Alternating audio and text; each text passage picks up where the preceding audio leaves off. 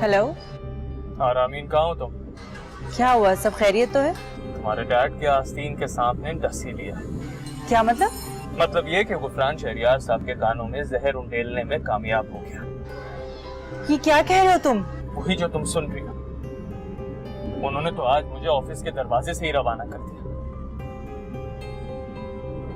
चौकीदार से पूछा तो उसने बताया कि थोड़ी देर पहले गुफरान आया था। व्हाट? डैड ऐसा कैसे कर सकते हैं?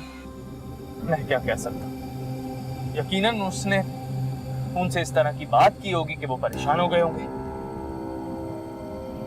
वो मुझे थ्रेट कर रहा था रामीन कि मुझे बहुत जल्द बर्बाद कर देगा, मुझसे मेरा सब कुछ छीन लेगा और मुझे शहरियार अंकल की नजरों में गिरा देगा।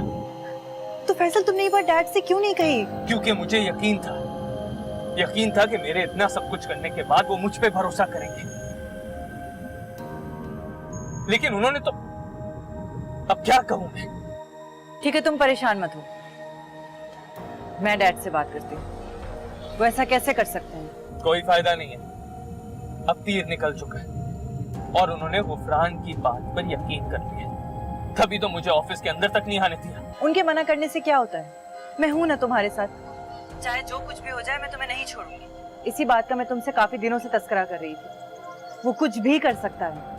हाँ, मैं जानता हूँ कि उसने मुझसे किस बात का बदला लिया। किस बात का? मैंने उस पर हाथ भी उठाया था। यकीनन उसने तुम्हें ऐसा करने पर मजबूर किया होगा। बिल्कुल, उसने मेरे सब्र का इम्तिहान लिया था। मैं जितना ज्यादा उससे नरमी से बात कर रहा था, वो उतना ही मेरे सर पे चढ़ा जा रहा था। उसको उसकी औकात पे रखना जरूरी था। मगर रिएक्शन तो देखो कितना खतरनाक आया।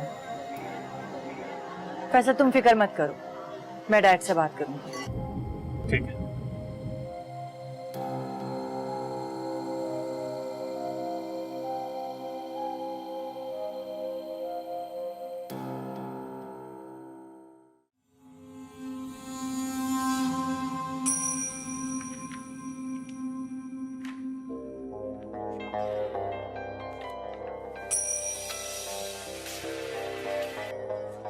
हेलो। हेलो डैड, क्या हो गया आपको? क्या? आप फैसल के साथ ऐसा किस तरह कर सकते हैं? जानता था मैं, फैसल ने तुम्हें मेरे खिलाफ वर्गलाया होगा। ऐसी कोई बात नहीं है डैड, वो आपके खिलाफ मुझे क्यों भड़काएगा? तो फिर फैसल के साथ मैंने ऐसा क्या कर दिया कि तुम उसकी वकालत कर रही हो?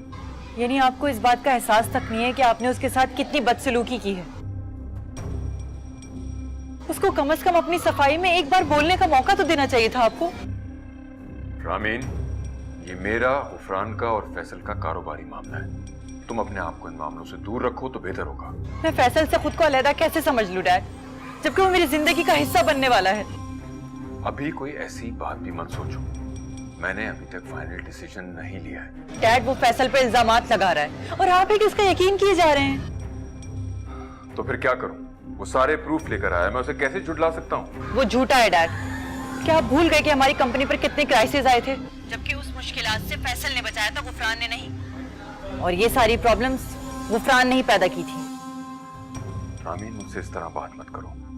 मैं सब जानता हूँ क्या सही है और क्या गलत। तो डैड, आपके सामने उन दोनों के किरदार हैं। आप क्यों नहीं समझ रहे कि कौन गलत है और कौन सही है? ये सब गुफरान का बनाया हुआ प्लान है डैड। वो आपकी नजरों में फैसल को गंदा कर रहा है।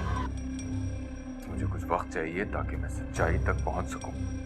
डैड, आखिर गुफरान ने आपको ऐसा क्या कह दिया है कि आपको अपनी बेटी पर भी भरोसा नहीं रहा? डैड, आप फैसल को ऑफिस आने दें, वरना इस तरह वो अपने आप को बहुत अकेला समझेगा। उसका सच्चाई पर से ईमान उठ जाएगा डैड। रामीन, वो बहुत बहादुर है, इतनी जल्दी हार नहीं मानेगा। और अगर वो सच्चा है तो मेरे इस रवैये के बाद अपने बारे में सोचेगा। गुफरान झूठा है तो इसके लिए वो सबूत पैदा करेगा, समझे तुम? जी डैड।